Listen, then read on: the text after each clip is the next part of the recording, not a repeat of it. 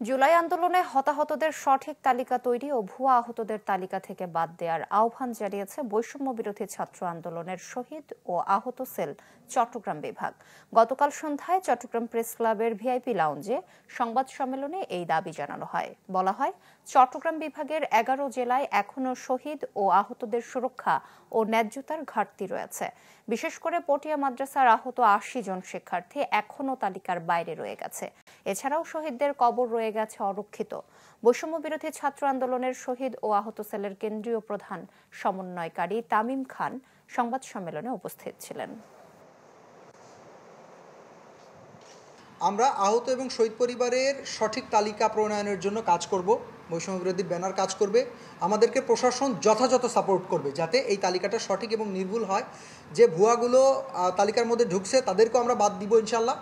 আর যে তালিকার মধ্যে এখন আসতে পারেনি তাদেরকেও সঠিক যাচাই বাছাইয়ের মাধ্যমে তালিকার মধ্যে আনবো এবং তাদের সেবা নিশ্চিত করব।